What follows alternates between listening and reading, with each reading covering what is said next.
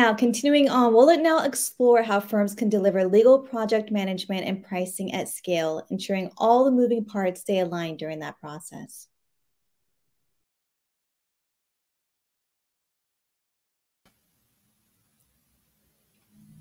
And there we are. Hello. Hello. Hi, Jessica. Hi. Hello, everyone. My name is Pieter van der Hoeven. I'm co-founder of Clocktimizer, which is now part of Litera.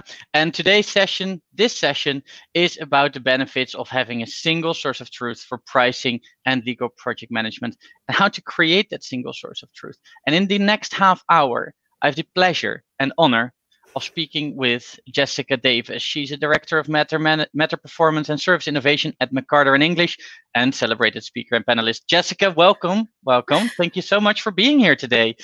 Hello. The pleasure is all mine. I enjoy all of our chats. That's amazing. I mean, we've just seen the session from the team of Objective Manager talking about a single source of truth. Before that, we had Foundation talking about a single source of truth. We're really going to round it all up today and talk about single source of truth for pricing and legal project management. So this is a live session. So not only a warm welcome to you, Jessica, but also a warm welcome to all of our attendees. And if you have any questions, that's the beauty of a live session. Feel free to post them in the chat channel on the right-hand side of your screen. So a little bit later during our session, we'll actually make time for some Q&A, and I'd love to have some questions from the audience.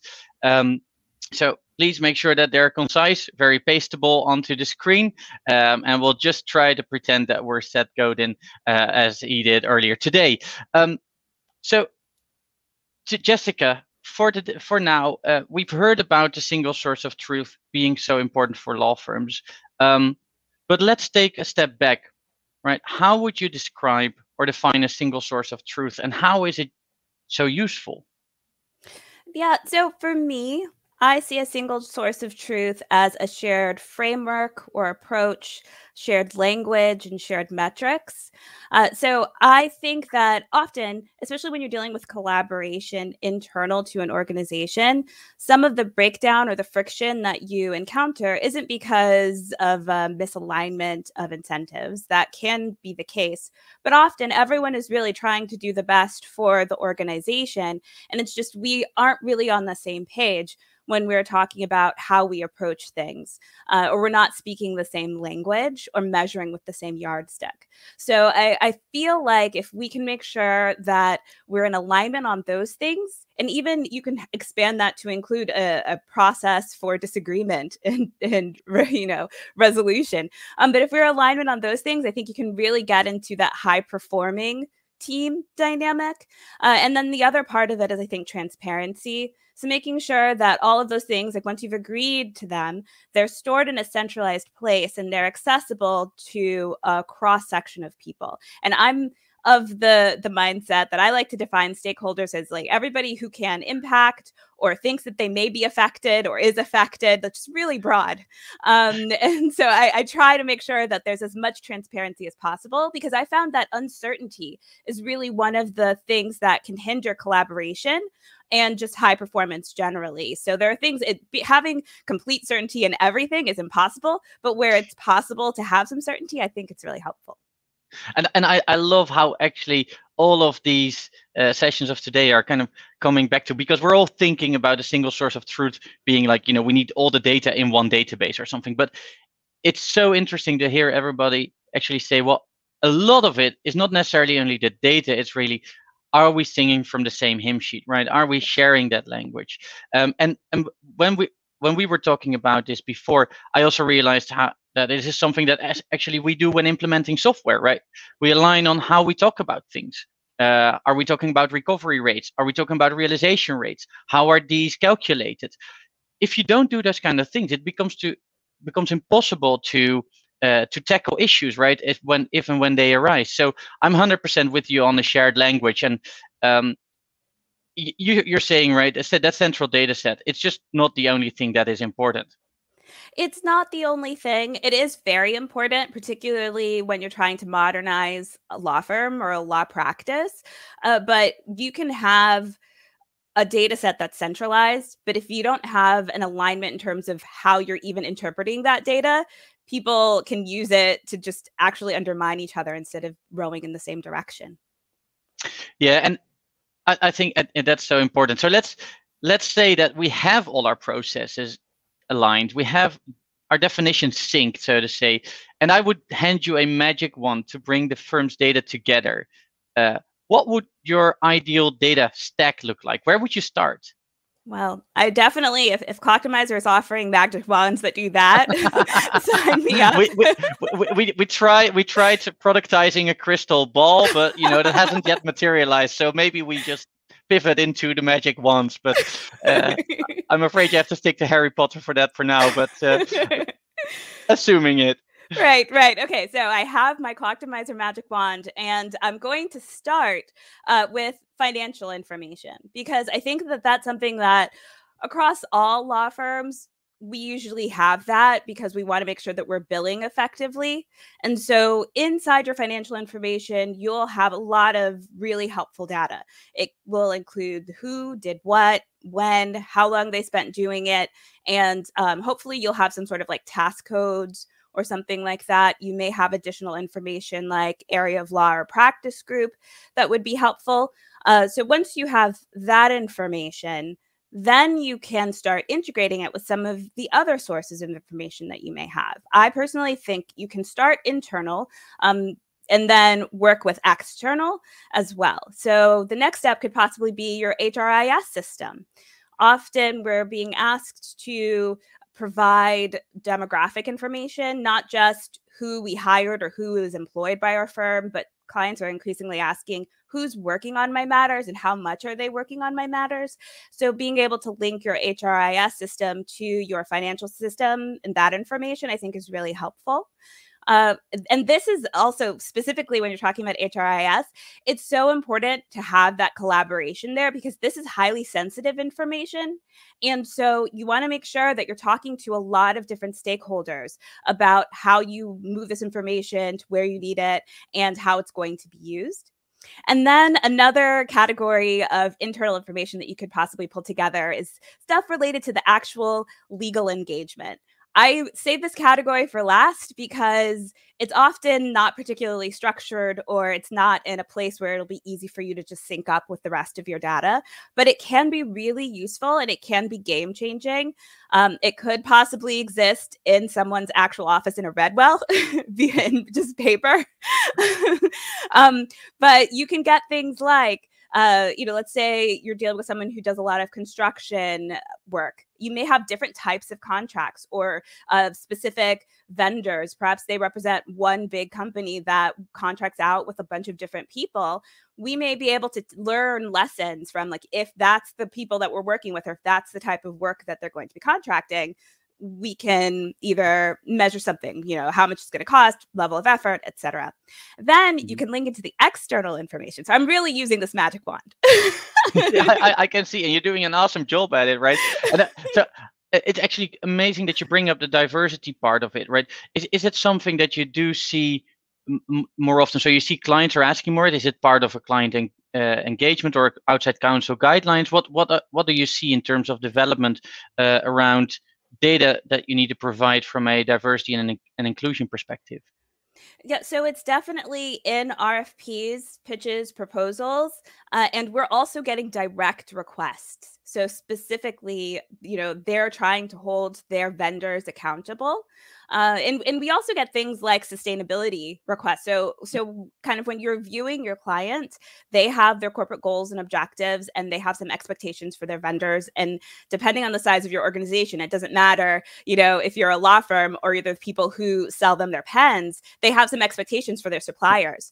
And so, yeah, we're getting those types of requests in all different ways and with increasing frequency. Yeah, and it makes sense, right? There's a lot of talk about building sustainable supply chains, and this is a part of that, I would say. And interestingly, there's actually a talk coming up on today's the Changing Lawyer Summit about diversity, equity, and inclusion. So stay tuned. We will move back a little bit with our magic wand to the pricing and legal project management area, because let's say you're a pricing director or another professional or partner working in pricing. How do you benefit from this magically put together set of data? So I find that it's really useful because you can analyze the data to identify salient characteristics that could impact either price or timeline or performance. And it depends on exactly what you're trying to measure. But you can identify if it has foreign language requirements or a certain number of foreign language requirements, or it's in a particular venue, particularly once you start plugging in with those external resources like litigation metrics or market data or regulatory events, you can really start to predict things. So one example is in the past, we were looking, it wasn't at this firm, it's actually a different firm, but we were looking at patent prosecution, and we realized through our data analytics that the number of inventors in a patent can actually impact the cost of how much it would, how much effort it would take for us to make sure that we secure that patent on behalf of our client. And that's something that we got through data analytics. And then we went and we validated that with our internal data and also the practitioners. And it bared out to be true. I love this example. You know why? Because it's the number of inventors is actually something that you can, with quite a bit of work, but you can extract that from existing data sources, right? It's just in the patent filing, it's this line that you need to parse, because I think that's what we need to think about, right? What is the possibility? Which sources can we actually access? I've heard many times, can we not figure out how many depositions we did? But turns out it's really hard to surface that data, which then makes it really hard to leverage that for pricing purposes. You can do it maybe on a scale of 3 to 4, maybe 10 matters, but doing that on hundreds or thousands of matters is just really, really hard work. So I like it, think about where those sources sit, and then, use it for pricing, for actually, but making yourself competitive in the market. I like that. Right, exactly. And this is a plug for additional collaboration, because a lot of those resources, and even if you talk to your KM people, some of the things that your firm already owns can be hooked up via API, where you can get some of that data without, like you said, having a huge data initiative where you start trying to collate it yourself. Yeah, and that's actually where I wanted to go, because it may sound so daunting, right, to hook up all of that data. So I thought maybe we can think and talk about how we can maybe uncover data points that are already existing in other parts of the firm that may be unknowingly or passively collected. How would you go about it? How do you surface those kind of things that may not be within your own realm, so to say? Yeah, I am a big fan of just talking to people. So I love initiating conversation or collaboration very early on. I kind of see my interactions in the professional world to be a little bit like you would if you were networking for, a sales job. If I have something, maybe I'm working on something that I think maybe even slightly tangentially related to somebody else, I may just send them an FYI email, forward something that I sent to somebody else and be like, hey, FYI, this is something that I'm working on. I don't know if it has anything to do with what you're working on, but just wanted to let you know you're invited if you want to sit in and listen, or if you have something to contribute. And I found that even when people are like, oh, no, that's fine, like that's not really in my wheelhouse, but maybe we can talk about it so I can learn more about what you do, like that is even a win. And then sometimes they're like, actually, we have this initiative that has this data that would plug in nicely. So that's what I think is key. Yeah, and it's when you talk to people, I think there's different. I have no idea. I'm not a biologist or anything, but I think there's different. Your brain starts to work differently, and it's making connections and associations that you wouldn't make if you were just on your own sitting and thinking.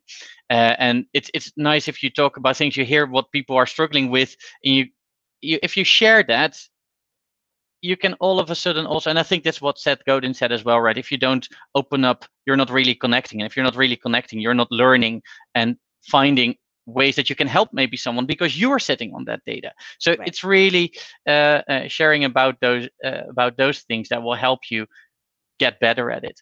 And yeah, talking about different systems, there's a whole bunch of stories I could go with. But before I get into that, I think it's actually good for that to remind people that there's still room to ask questions. We're live, so if you have any questions, please feel free to post them in the comments chat on the right hand side of your screen, and we can talk about them in just a minute. I think that's worthwhile. We have Jessica here now. I mean, how often do you get that opportunity? Not that often. But so let's talk a little bit again about data, right? And singing from the same hymn sheet, it reminds me of a process I've ran at Clocktimizer, actually, where we were invoicing and using two linked systems for it, one for tax, one for administration. And we invoiced on the first day of the month. But I'm actually sitting in Utrecht in the Netherlands, close to Amsterdam, which has a 9-hour time zone difference with the US West Coast, where the tax reporting system was based. So turned out that when I submitted an invoice at the end, or at what was it, midnight on the first day of the month, it was still last month on the West Coast in the US. So all of a sudden, my Q3, my October reports didn't match what I had in my system with what was on the tax system. And again, this is something where I think, having aligned on definitions, having aligned on what data you're looking at, it's just so important. Yes, that's a fantastic example. We have similar things here as well. And again, that's one of the reasons why I think really broadening the tent to include people who they may not be the ones who are performing legal engagements or pricing or managing the legal work, but they know the systems really well. And they could have possibly flagged that for you earlier on. Another example, like specifically within the LPM pricing relationship, is sometimes when a pricing team may be talking directly with like the in-house counsel, they may be pricing or scoping. And let's say, for example, you have like 3 motions to dismiss. We anticipate 3 motions to dismiss. By the time it comes to my team for us to track that information, we may not be able to report back the way that pricing has structured the budget if we don't have those conversations early on. For multiple reasons, but like one example is if we're going to use task codes, there isn't really separate task codes for separate motions to dismiss. They all kind of fall into the same bucket. But we can have, if we're engaged with setting up the templates or engaged in those conversations, we can flag some of these things early on. And I've also seen where the in-house counsel, once they hand that pricing over to the legal operations team, they actually come back with some of the same criticisms and critiques that we do. So I think it also is one of the things, you can't think of your client as a monolith. There's so many examples, right, where just having that communication lines open is just paramount to getting to a good result. And we talked about shared language, but we've also talked about data and data quality, and that is the lines, right? And a big challenge I see for many firms is, how do we keep our data clean? How do we keep our data quality high? And what sort of initiatives would you recommend from your experience to keep data as good as possible? Yeah, I think you have to start with really thinking about your process and being very honest about the culture of your organization. So something that works in one place may not work in another. And also, people may be open to putting in a certain level of effort in one context, but not in another. So one of the things that I think is important is figure out, like, maybe it's at the point of time entry, you may be requesting a certain amount of information, or at the point of file opening, you may request certain information because there's an incentive to do that, right? There's an incentive to get your file open so you can start billing. You can start questioning, is this something that's self-reported? Or is there an external data source that we can use? Will we validate this by a subject matter expert? These are all kind of questions that you may have. So one example of where you may use an external data source is if you have industries, if you want to make sure that you are capturing your client industries, perhaps you start out in an external source that codes those, and then you validate internally by a subject matter expert. The key to scaling is really trying to make sure that you have as few errors as possible at the outset built into your process, and then validating that with hopefully your throughput error rate isn't too high and it doesn't take too much of a lift. Another thing is if you have the ability to influence the culture, really encouraging everyone to view themselves as a data steward. It truly is important for everybody to see the benefits of what you're doing and to understand that we all play a part. So, you may be frustrated entering your time, but if you enter your time correctly in the future, I can give you that spot on price that you've been asking for, and trying to make that pitch as well. And would you agree then with it, because it sounds like a lot like garbage in, garbage out, right? It's that what we hear a lot about when we talk about data. It's even worse than garbage in, garbage out, I think, because it's garbage in, garbage out, but then over time, it just gets worse. So it's more like garbage in, garbage out, and then you make a photocopy of it, and then a photocopy of that photocopy. For anyone who knows what a photocopier I've aged myself. I've dated myself. I know, but let's say that you scan it, right, and then you take a scan of another screen and another. But I think everyone gets that. But it's right. But so where would you do your checks? So you have like a myriad of applications, right? And I know that there's initiatives where people just go through all the data and they don't have magic wands, unfortunately. And they just have to go. So where do you hook in those quality processes to get the maximum output, the best output? So I think it's really important to take a look, map out your whole journey, and identify the point where you can get the biggest bang for your buck. It really kind of depends on where you are also in selling or pitching your initiative.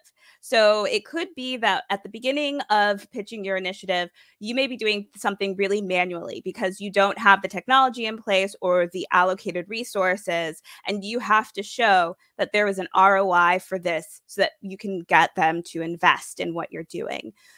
That shouldn't be where you stay, though.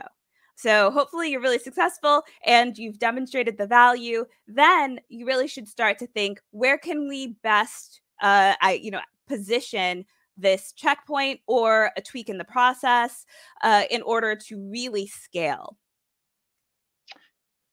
And in scaling, I'm listening and trying and processing it as we speak. You said people need to be a data steward, right? Would you always recommend explaining why you're collecting certain data? Or do you think that, if people know what you're collecting the data for, that could skew the data because people would manipulate it on entry?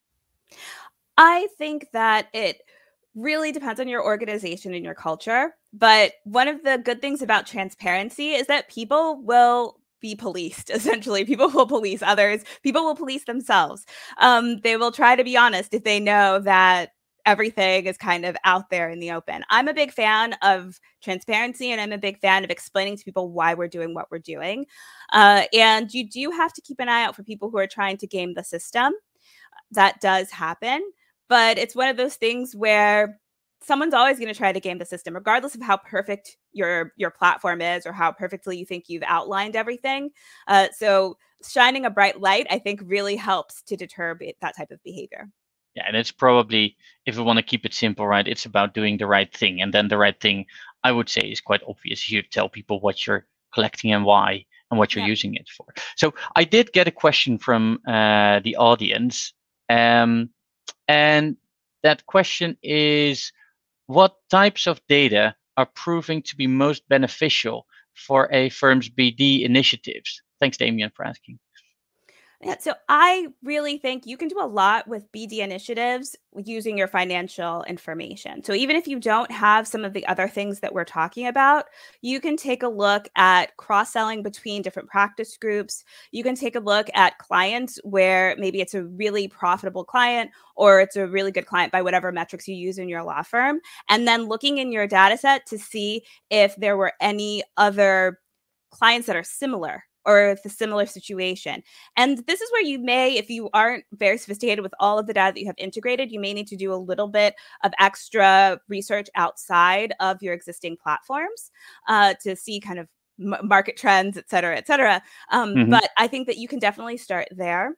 Another way is, like I mentioned, you can look at industries and identify things that perhaps can be done really well at scale.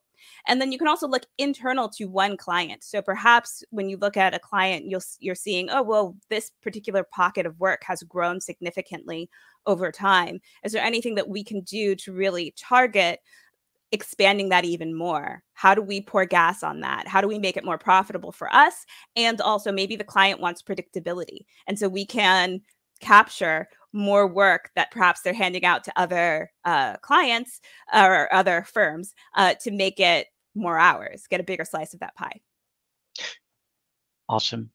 And that actually leads me to the next thing, because we've also, we're talking about a single source of truth so that we can scale our operations, whether that's BD, so that's pricing, whether it's legal project management. So what would be your starting point to scale the pricing and legal project management process? Oh, that's a hard question because I think that it's very specific to where you are and like what the appetite is at your organization.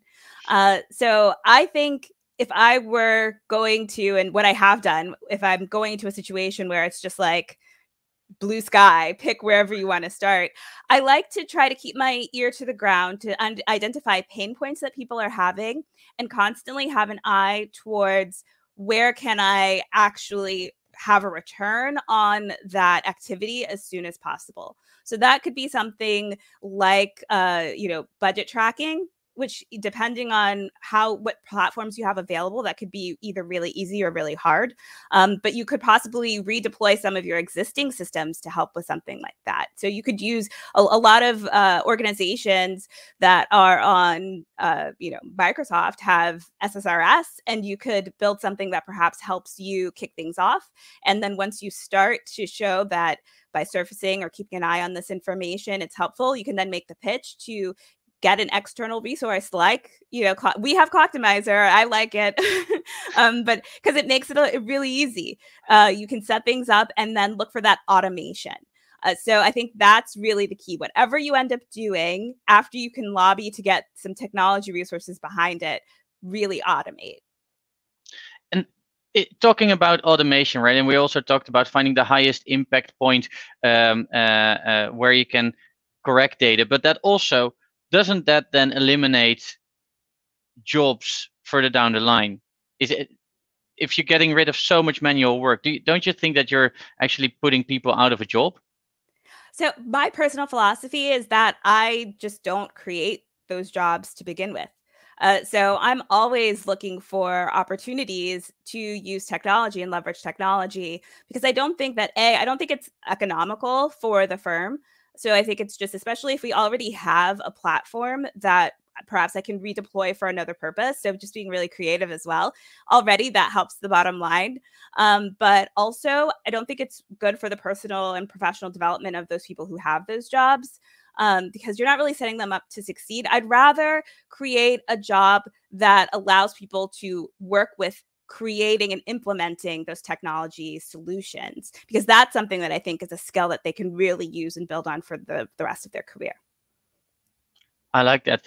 And well, there's one question. We have to be quick because I think we have like 1 minute left. But what is your best practice with being proactive to make sure items do not fall through the cracks? Do you find emailing an attorney directly a good idea, or using software to get you status update on these kind of things? I think that relates to talking about budgets or and similar things. What's your thought? I use emailing attorneys very judiciously. I think that they can get fatigued if they get too many communications, but I will maybe get a lot of communications. So I do use software to give me status updates. And then there are some attorneys who will get direct status updates. But then I also put in a little extra effort if there's something that I think is particularly important that I don't want to fall through the cracks, or where I think that there's added value in me synthesizing information from a bunch of different places. And I do make that outreach. I would hesitate to say emailing an attorney specifically, just because not all attorneys like to interact via email.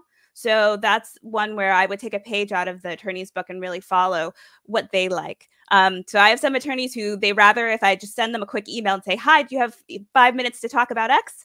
And they'd like to just talk through it as opposed to me just sending them an email. I like it. Who likes emails, right? And actually, talking about the future of work, who likes running through Excel sheets for hours, days, weeks in a row? I don't think there's many people. And talk much more on the future of work actually later today in a session with Richard Zuskind led by Haley Altman. Stay on for that. It's going to be an amazing session. And we're out of time. Thank you so much, Jessica, for joining me today. This has been an amazing opportunity to learn from you. And I would say just thank you. That was so amazing. I always love our chat, so I'm looking forward to the next.